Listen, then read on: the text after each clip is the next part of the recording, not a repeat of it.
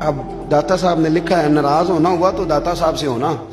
داتا صاحب کہتے ہیں میں نے ایسے امیر دیکھے ہیں جن کے پاس دولت تو ہے پر انہیں دولت سے پیار نہیں. میں نے ایسے غریب دیکھے ہیں جن کے پاس پیسے تھوڑے ہیں پر پیسوں سے عشق کرتے ہیں. یہ داتا صاحب نے لکھا ہے. ناراض ہونا تو ان سے ہونا.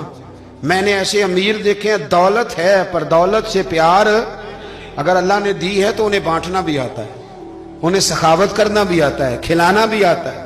لیکن کچھ ایسے غریب دیکھے ہیں پیسے تھوڑے ہیں پر اللہ جانتا ہے عشق بڑا ہے دولت سے, وہ جیب سے باہر نکالنے کو تیار. یہ داتا صاحب نے لکھا ہے. فرماتے فقر اس کا نام نہیں کہ تیرے پر پیسے نہیں, دولت نہیں, بلکہ فقیری تو اس بات کا نام ہے کہ تجھے دولت سے پیار نہیں, تجھے دولت سے محبت, اس کا نام فقر ہے. تو میرے بھائی ہم لوگوں نے اپنے بزرگوں کو چھوٹے دائرے میں بند کر دیا, یہ ان کا دائرہ نہیں تھا. چلیں جی آگے بڑھتے ہیں. 5ویں بات داتا گنج بخش علی اجمیری. 5ویں بات داتا صاحب فرماتے ہیں کہ اپنی زندگی میں نا فقیر درویش کسی دنیا دار کے سامنے ہاتھ نہیں پھیلاتا, اپنی سفید پوشی بچا کے رکھتا ہے, وہ ہاتھ نہیں پھیلاتا. میں نے آپ کو بڑی دفعہ وہ بات سنائی اور مجھے اس جملے سے عشق ہے. خواجہ قطب الدین بختیار کاکی کہتے ہیں میں ایک دن پھٹے کپڑے پہن کے اپنے مرشد حضرت خواجہ معین الدین اجمیری کے پاس گیا تھا تو خواجہ صاحب فرمانے لگے قطب الدین یہ کیا لباس پہنا ہوا ہے, یہ کیا؟ میں نے کہا حضور کیا ہوا؟ فرمانے لگے قطب الدین یاد رکھ فقیری اس طرح کی کرنا کہ بادشاہی معلوم ہو, کوئی یہ نہ سمجھے کہ بابے کو تو جوڑے کی ضرورت ہے اسے کپڑے نہ لے کے دے دوں. اس طرح کی فقیری کرنا کہ فقیری بادشاہی معلوم. یہ کیا بات ہوئی کہ رنگ روپ اس طرح کا اختیار کرنا کہ ترس آئے کہ چلو حضرت صاحب کو بندہ 500 دے ہی جائے مہربانی کر کے. یہ کوئی رویہ نہیں ہے دین کا. داتا گنج بخش علی اجمیری فرماتے ہیں اپنی ذات پر کبھی سوال کا دروازہ نہ کھولو. آپ فرماتے ہیں میرے مریدوں سے پوچھ لو, میں نے دینے کا مزاج بنایا ہے, لینے کا مزاج نہیں بنایا. فرماتے تھے اپنی ذات پر سوال کا دروازہ. کچھ لوگوں کی مجبوری ہوتی ہے قرض پکڑنا, قرض اٹھانا سنت ہے, ضرورت پڑ جائے تو قرض لینے میں منع. کچھ کی مجبوری ہے, کچھ کو شوق ہے. وہ اصل پیسے جو ہوتے ہیں وہ انہوں نے کونے میں رکھے ہوتے ہیں, اس سے 5,000 لے کے خرچ کر لیا, پھر دوسرے سے 5 لے کے اس کو دے دیا, پھر اس سے 5 جو لیا تھا پھر تیسرے سے لے کے اس کو دے دیا. یہ مزاج نہ بنائے. جب سوال کا دروازہ کھل جاتا ہے تو پھر ساری زندگی دوبارہ بند نہیں ہوتا. مانگنا ہے تو اللہ رسول سے مانگے, لوگوں سے مانگتے پھرنا, دنیا داروں سے سوال کرنا, اپنی ذات پر سوال کا. داتا صاحب نے پورا باب باندھا ہے, پورا باب. اور داتا صاحب فرماتے ہیں صوفیاء کی ایک جماعت ہے جو کہتی ہے ہم نے تو کبھی اپنی زبان پر دکھ بیان ہی نہیں کیے, ہر شے اپنے رب رسول کے حوالے کر دی, ہر شے اللہ رسول کے. اور داتا صاحب سے کہتے ہیں کچھ ایسے بھی ہیں جو دعا بھی نہیں مانگتے, لوگوں کے لیے مانگتے ہیں, اپنے لیے نہیں مانگتے. آپ دعا کیوں نہیں مانگتے؟ تو کہتے ہیں اللہ کو تو پتہ ہی ہے ہمیں کیا چاہیے, اسے تو پتہ ہی ہے. ایک بزرگ کی بات لکھی ہے داتا صاحب نے, میری جماعت میں نا مزاج ہے کرامتوں کا. مجھے وہ ساری باتیں بھی آتی ہیں کہ ایک بندہ کراچی سے آیا, داتا صاحب حاضری دی تو اس کی لاٹری نکل آئی. یہ بھی مجھے آتی ہے, لکھی پڑھی ہے میں نے, کتابوں میں ہے یہ بھی. ایک بندہ, یہ ساری باتیں نا آتی ہیں کرامتوں میں, بڑی ساری چیزیں لوگ بیان کرتے ہیں کہ میں وہاں آیا اور میں نے حاضری دی تو موج لگ گئی. یہ ساری باتیں آتی ہیں. ہمارے پرانے بزرگ اور بھی قصے سنایا کرتے تھے, ساری ہمیں چیزوں کا پتہ.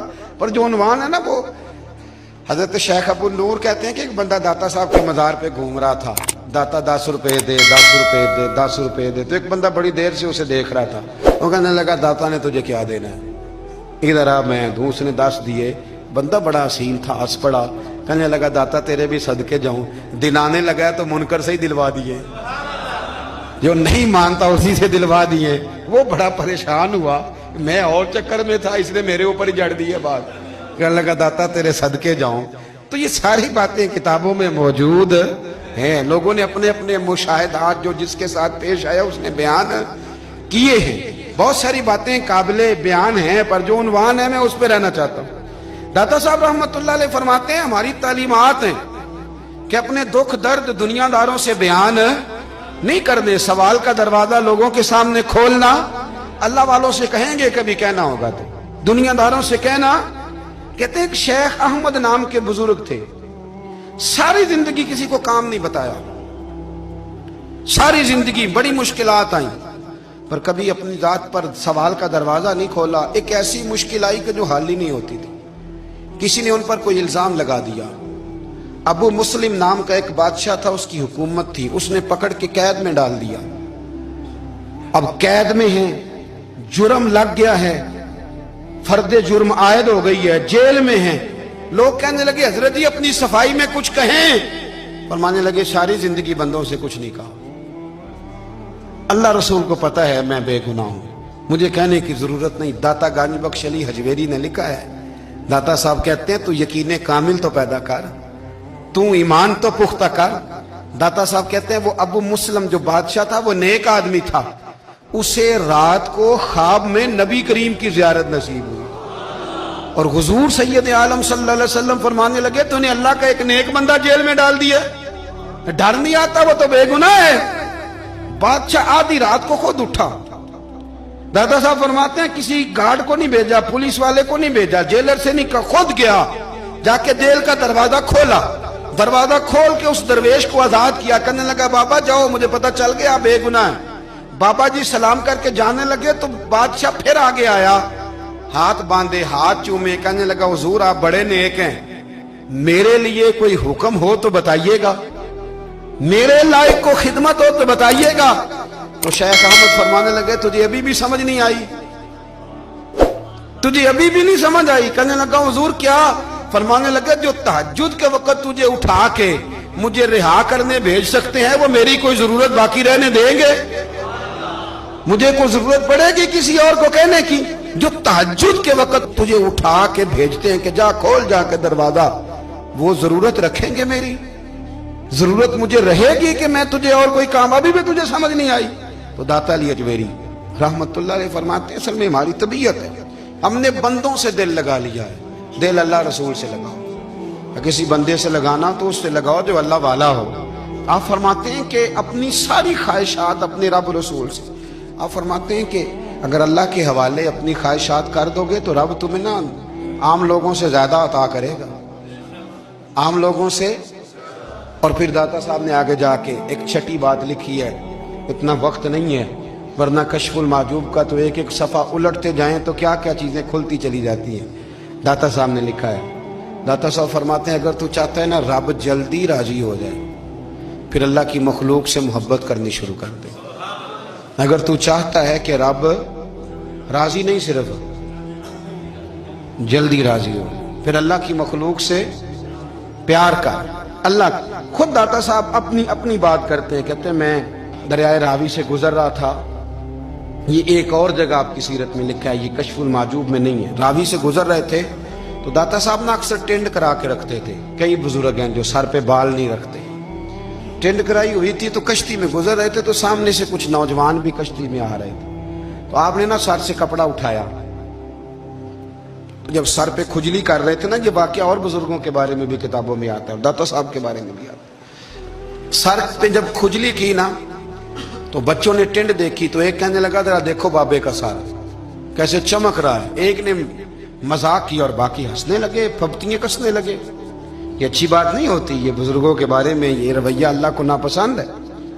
اب وہ مذاق اڑا رہے ہیں تو داتا صاحب کے ساتھ مرید تھے جلال میں, کہنے لگے حضور بد دعا کرے ان کے لیے, ذہن نہ لائے کہ یہ کوئی طریقہ ہے. داتا صاحب کہنے لگے کر دوں کہ حضور کر دیں. مرید کہتے ہیں داتا صاحب نے ہاتھ اٹھائے تو ہمارا خیال تھا اب یہ ڈوب کے مر جائیں گے. تو داتا صاحب نے ہاتھ اٹھا کے پتہ کیا فرمایا, کہا اے اللہ یہ جس طرح اب ہنس رہے ہیں نا انہیں ہمیشہ ہنستا ہی رکھنا. اللہ ان بچوں کو ہمیشہ ہنستا ہی رکھنا, یہ بیچارے کبھی روئے نہیں, ان کو ہنستا ہی رکھنا. اللہ اکبر. یہ دعا مانگتے مانگتے نا کنارہ آ گیا. داتا صاحب بھی کنارے پہ اترے تو وہ نوجوان بھی پیچھے آ گئے, آ کے آپ کے پیروں میں بیٹھے معافی مانگنے لگے. کہنے لگے حضور معاف کر دیں. فرمایا ایک شرط ہے. وہ کون سی؟ فرمایا روز پڑھنے آیا کرو گے.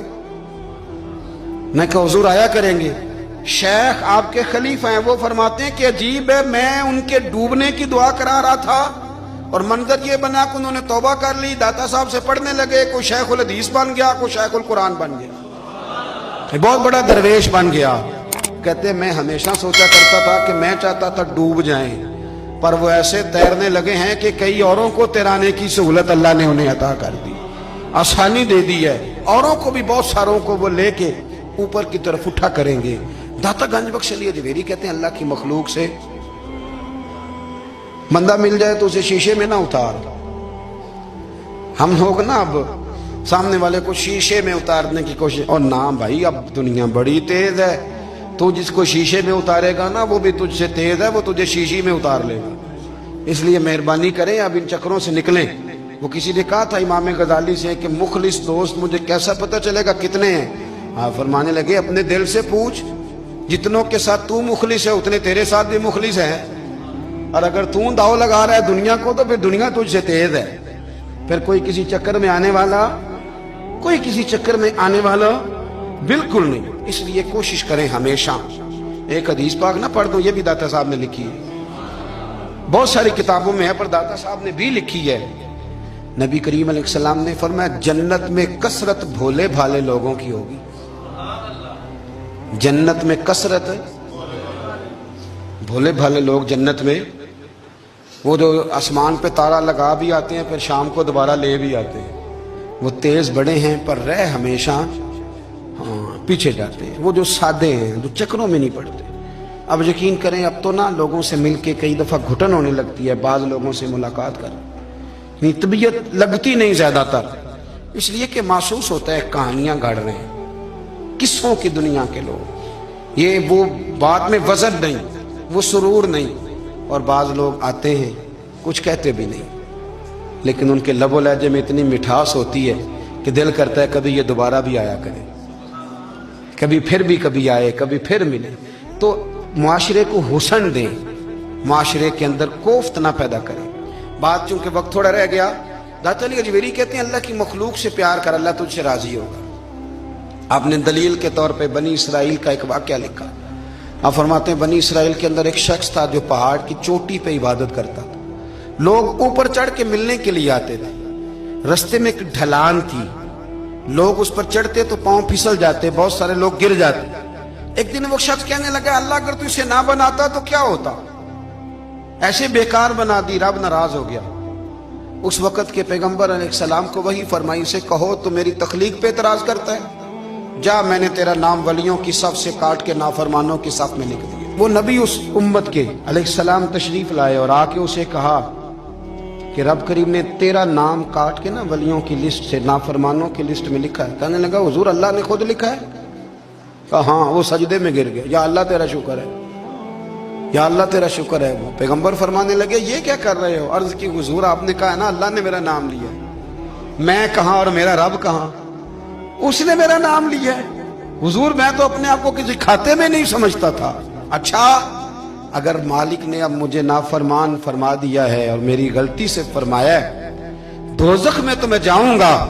حضور آپ اللہ کے نبی ہیں, آپ کے ذریعے کی التجا ہے مالک کے حضور, رب کریم سے عرض کیجئے گا کہ اب مجھے دوزخ میں تو پھینکنا ہی ہے, تو میرا وجود اتنا بڑا کر دے, اتنا بڑا کر دے کہ میں اکیلا جہنم میں آ جاؤں.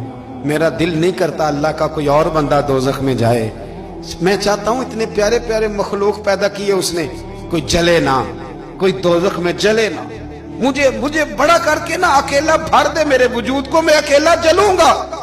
عرض کرے رب کی بارگاہ میں. وہ پیغمبر وہی کھڑے تھے, وہی آئی, اے میرے نبی سے کہہ دو تو میرے بندوں سے پیار کرتا ہے تو میں تجھ سے پیار نہ کروں؟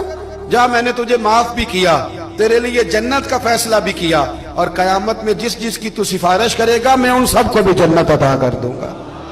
داتا صاحب کہتے ہیں اگر تو آسانی چاہتا ہے کہ اللہ جلدی راضی ہو تو کسی کا بھلا کرنے کی کوشش کر, کسی کو نفع دینے کی کوشش کر. کوشش کر کہ اللہ کی مخلوق سے کوئی پیار ہو جائے, کسی کو تسلی دے, کسی سے محبت کر, کسی کے ساتھ تو خیر والا معاملہ کر. رب کریم تیرے لیے آسانیاں کرے گا. سالوں بیت گئے, میں نے کہا 1000 سال ہو گئے ان کے وصال کو کم و بیش. کتنے جی؟